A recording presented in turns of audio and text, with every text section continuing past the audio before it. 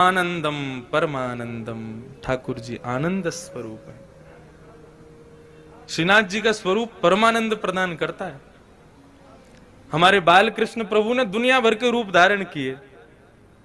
कहीं पर बांसुरी बजा रहे हैं, श्री राधा वल्लभ जी में रोज ब्याह कर रहे हैं, बिहारी जी में नित्य मनोरथ कर रहे हैं, श्री गोपीनाथ गोविंद देव जयपुर में विराज रहे हैं, उनके भी अलग अलग रूप। लेकिन श्रीनाथ जी का जो रूप है, स्वरूप है, इसमें सब विराजमान है, सब विद्यमान है,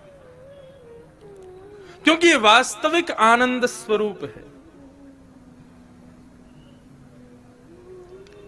एक भुजा ऊपर है और दूसरी भुजा कमर पर है। किस भाव से? सावधानी से सुनिए कथा बिल्कुल। श्रीनाथ, श्री यानी राधा, श्री यानी श्री किशोरी जी, श्री यानी श्री लाडली जी, और श्री लाडली के संग युक्त होकर के जो नाथ विराजमान है वो है श्रीनाथ। सुनवे तो पहली ताली बजा रहे हो, बात तो पूरी करने दो हमको, जल्दीबाजी मत करो। अब तो पंडाल भी अपना, समय भी अपना, कथा भी अपनी, उत्सव भी अपने, पूरा दिन है अपने पास। खूब भाव से सुनो कथा। वृंदावन में जो दर्शन नहीं है वो दर्शन श्रीनाथ जी में है। कैसे? आप लोग सब बाहर से पधारे हैं, इसलिए मैं जो अपने गुरुजनों से, जो अपने बुद्धिजीवियों से जो मैंने सुना तो मैं कह दूं यहां पर। वृंदावन में किशोरी जी ठाकुर जी के बगल में विराज रही हैं, और स्वरूप में नहीं है, केवल नाम के रूप में श्री राधा रानी विराजती हैं वृंदावन में।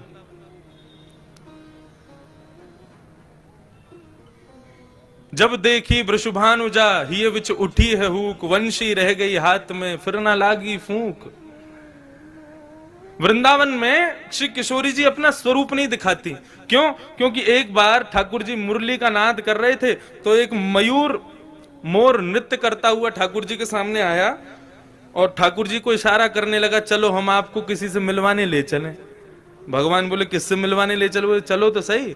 लेके गया तो एक कुंड में एक गोपी कुंड का जल भर रही थी, तो मयूर इशारा करता है, इनको देखो, इनसे मिलवाने लाए हैं। भगवान बोले कौन है? मयूर बोला खुद ही देखो। अब ठाकुर जी खूब उमड़ घुमड़ करके वेणु बजा रहे हैं, ऐसे ऐसे तान बजावे कि भाई ये घूम के गोपी देखे तो इसका चेहरा दिखे। लेकिन वो गोपी अपने कार्य में व्यस्त थी। लेकिन जैसे ही कार्य पूरा हुआ और जैसे ही उसने गागर में जल भर के जैसे ही अपने मस्तिष्क पर धारण किया और कार्य पूरा करके जैसे ही पीछे मुड़ी ठाकुर जी की ओर देखा, तब ये पद गाया। बोले जब देखी वृषभानुजा, वो कोई गोपी नहीं है, श्री राधा रानी है। जैसे ही उनका दर्शन किया तो ठाकुर जी बंशी बजाना भूल गए। मतलब उंगलियां तो नर्तन कर रही हैं लेकिन फूंक नहीं निकल रही हृदय से, इतनी सुंदर श्री किशोरी जी। तो जैसे ही देखा कि भैया ये क्या वेणु पे केवल उंगलियां घुमा रहे हैं, बजा क्यों नहीं रहे, तब किशोरी जी को लगा अरे हमारे स्वरूप में मोहित हो गए। सो किशोरी जी ने घूंघट कर लिया। तब से आज तक श्री लाडली जी वहां घूंघट करके बैठी हैं। क्यों?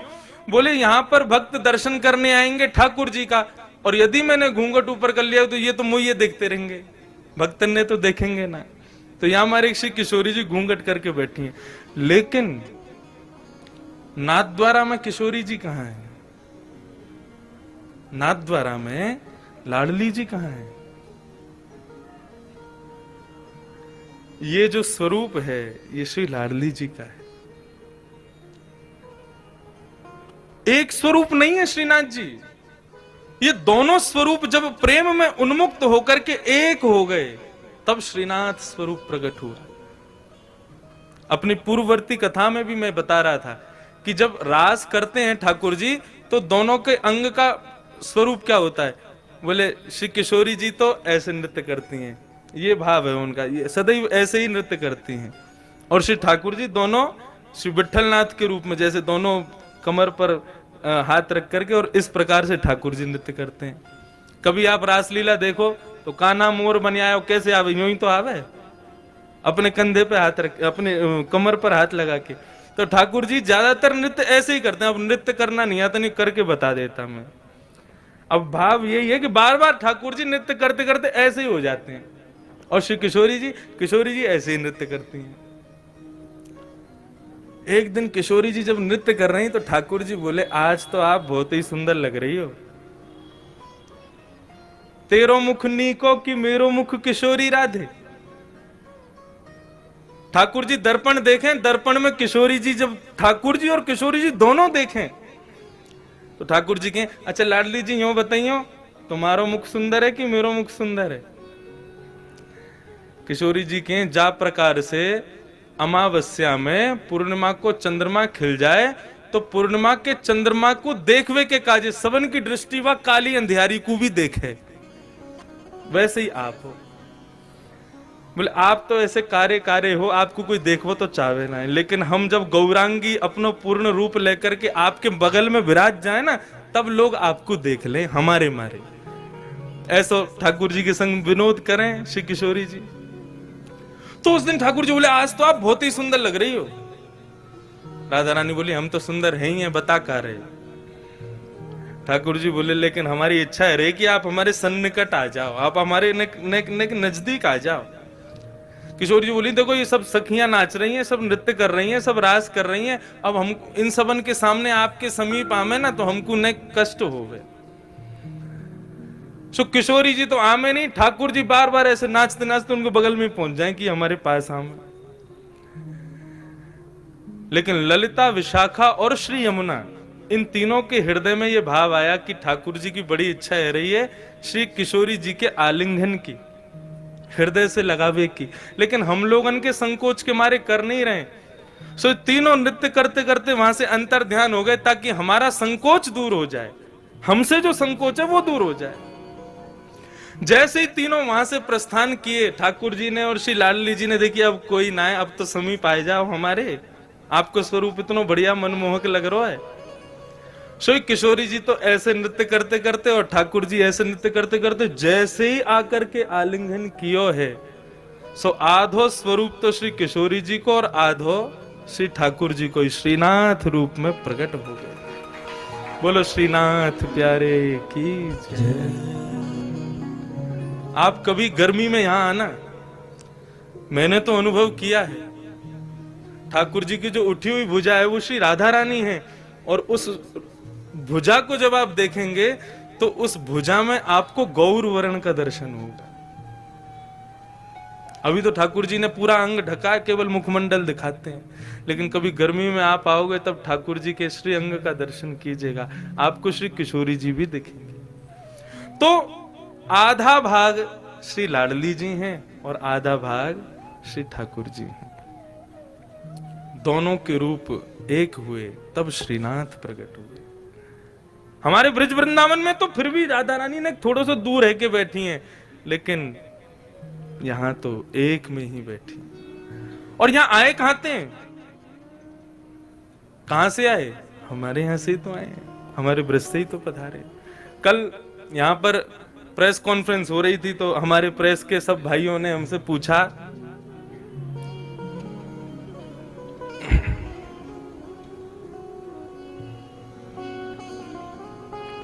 कि महाराज जी आप यहाँ कथा क्यों कर रहे हैं, तो उसके बहुत भाव बताए। एक भाव और आ गया मेरे मन में, अब नाथ द्वारा के जो लोग बैठे हैं वो इस भाव को सुन के कहीं हम पे गुस्सा मत करना, लेकिन हम ब्रजवासी, हमारा भाव है, हमारे भाव आया मैंने कि हम तो देखो ये हमारे आए हैं कि ब्रजवासी हैं, और जब भी ठाकुर जी को देखें तो पता ना क्यों स्वतः ही मन में भाव आ जाए, ठाकुर जी 11 घंटा चल के आना पड़े आपके दर्शन के काजे, तब आकर के यहाँ पे गाड़ी पहुंचे आपके दर्शन हो में।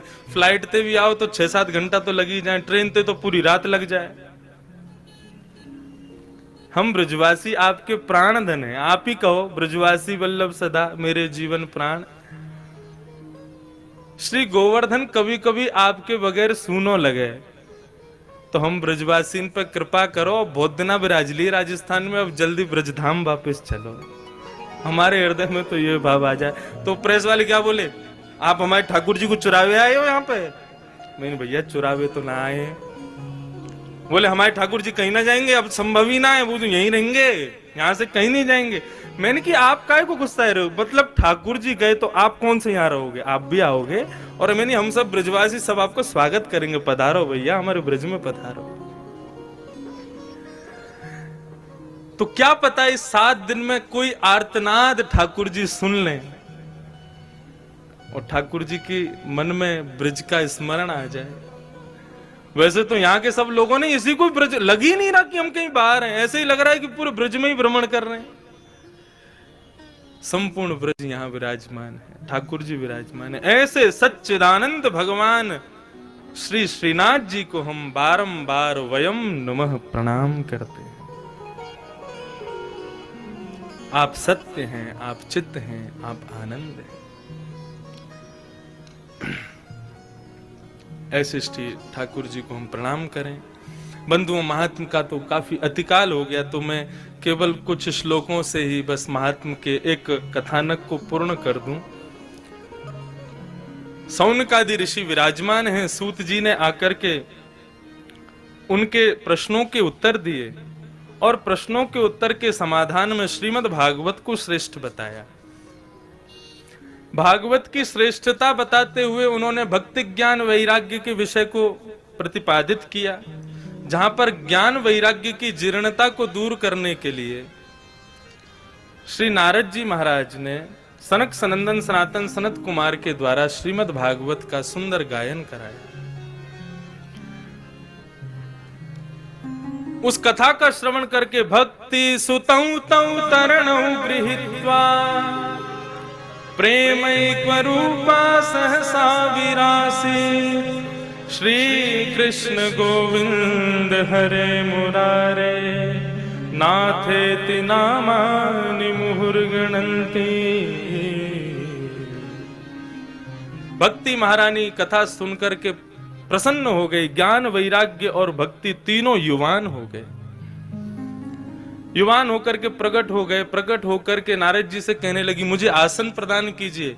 नारद जी ने कहा, जितने भी भक्त विराज रहे हैं इन सबके हृदय रूपी आसन पर जाकर के अविराजित हो जाओ।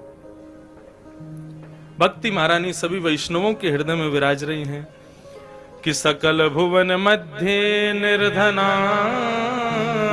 स्तेपि धन्या निवसति हृदयेषां श्री हरेर् भक्ति रेखा हरिरपि निजलोकं सर्वथा तो विहाय प्रविशति हृदयेषां भक्ति सूत्रोपनद्ध। जिसके हृदय में भक्ति है उसके हृदय में ठाकुर जी तो आएंगे ही आएंगे। क्यों आएंगे? बोले क्योंकि ब्याह के समय पर पत्नी की बागडोर, उसकी जो उसका उपरना होता है उसकी बागडोर वर से बांध दी जाती है। अब जहां पत्नी चलती है वहां पति को जाना ही पड़ता है। उसी प्रकार भक्ति जो है उनका सूत्र भगवान श्रीनाथ से बंधा है। जहां भक्ति जाएंगी वहां श्रीनाथ जी तो जाएंगे ही जाएंगे। इसलिए भक्ति जिसके हृदय में है, वैष्णव कहते हैं वो सबसे बड़ा धनवान है। श्रीमद् भागवत में सुदामा जी का नाम नहीं लिखा हुआ, सब जगह केवल ब्राह्मण ब्राह्मण भगवान का सखा, केवल इतना ही वर्णन है। उसको नाम सुदामा भागवत के विद्वानों ने इसी श्लोक को पढ़ करके दिया है। श्रीमद् भागवत जी कह रही हैं कि भक्ति जिसके हृदय में उसी के पास ही सुंदर भक्ति का दाम है, उसी के पास ही सुंदर दाम है। इसीलिए सुदामा जी का नाम सुदामा रखा, सुंदर दाम वाला। क्यों? बोले उस पर वो दाम नहीं है जो खर्च हो जाए, उस पर वो दाम है, हरि का दाम, नाम रूपी दाम है जो निरंतर बढ़ता ही रहता है। लक्ष्मीवान को यहां श्रेष्ठ नहीं माना, भक्तिवान को यहां श्रेष्ठ माना। भगवान के दोनों पुत्र हैं, लक्ष्मी को चाहने वाले भी और भक्ति को चाहने वाले भी। लेकिन भगवान अधिकतर जो समय व्यतीत करते हैं किसके घर पर करते हैं? जो भक्ति को ज्यादा माने। वही भाव यहां कह रहे हैं, ये सब आप लोग जानते हैं।